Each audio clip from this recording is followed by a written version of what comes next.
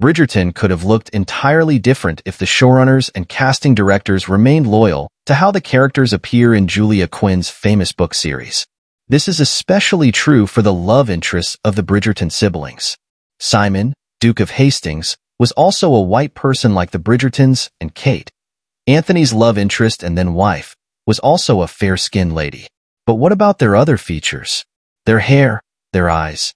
How did Julia Quinn imagine them and how did they end up on the show? Let's compare. This is going to be so fun. Let's start with Daphne, who was named the Diamond of the Season in Bridgerton Season 1. Well, you'll be surprised to learn that Daphne in the books does not have an exceptional beauty. She's described as having large, dark brown eyes with flecks of green and dark chestnut hair. She's considered pretty, but she's in no way exceptional. I entered Daphne's features into an image generator, and this is what she's supposed to look like. Also, in the book, she doesn't get married in her first season. She's out for 2 years before she meets Simon, whereas in the show, Season 1 starts with her introduction to the marriage market and she immediately meets Simon. Also, the show changed her hair to a lighter color while casting Phoebe, who has blue eyes. What do we think of this change? Speaking of Daphne, it wouldn't be proper to avoid talking about Simon. Unlike what the show does, in the books both Simon and Lady Danbury are white. In fact, Simon's icy blue eyes are emphasized over and over again. To be honest, Julia Quinn acts like brown eyes are the worst thing to ever happen to humanity in the entire book series, so she acts like the readers must know Simon's incredible blue eyes. Simon is also described as having glossy brown hair, and of course, he's handsome and strong.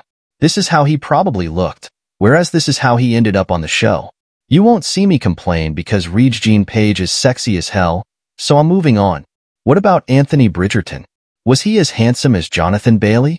Actually, the show Anthony is probably the most similar to the book description out of all the characters in the series. He has thick chestnut hair and dark brown eyes. To be honest, having chestnut hair is a trait all Bridgerton siblings have. Lady Whistledown even calls them unfashionable for having chestnut hair. Yes, something they didn't choose.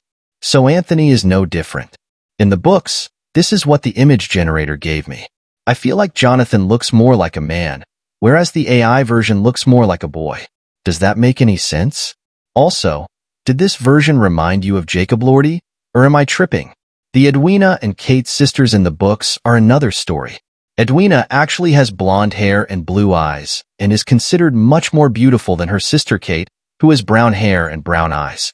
One thing they kept from the books is the fact that Kate is described as a lot taller than Edwina, but she's not described as a great beauty.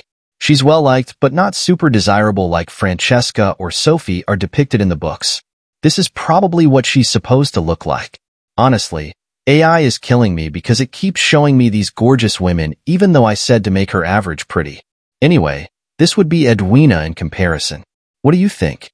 Now, on to Colin and Penelope, our Season 3 leads. In the books, Colin has emerald green eyes. Yes, I don't know if that's possible, but Julia Quinn emphasized his eye color multiple times. In the show, Luke has blue eyes. Also in the books, Benedict is the tallest brother, but the show changed that and made Colin the tallest. Of course, do I have to mention the chestnut hair? He turned out to be one handsome fella, don't you think?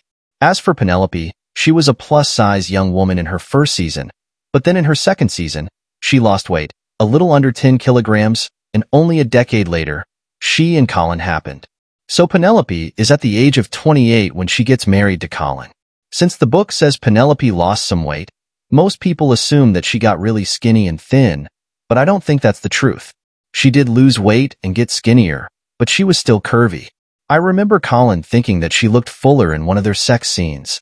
So Penelope is not really considered skinny even after she loses weight. The book makes a point about how unattractive she is. Thanks for watching.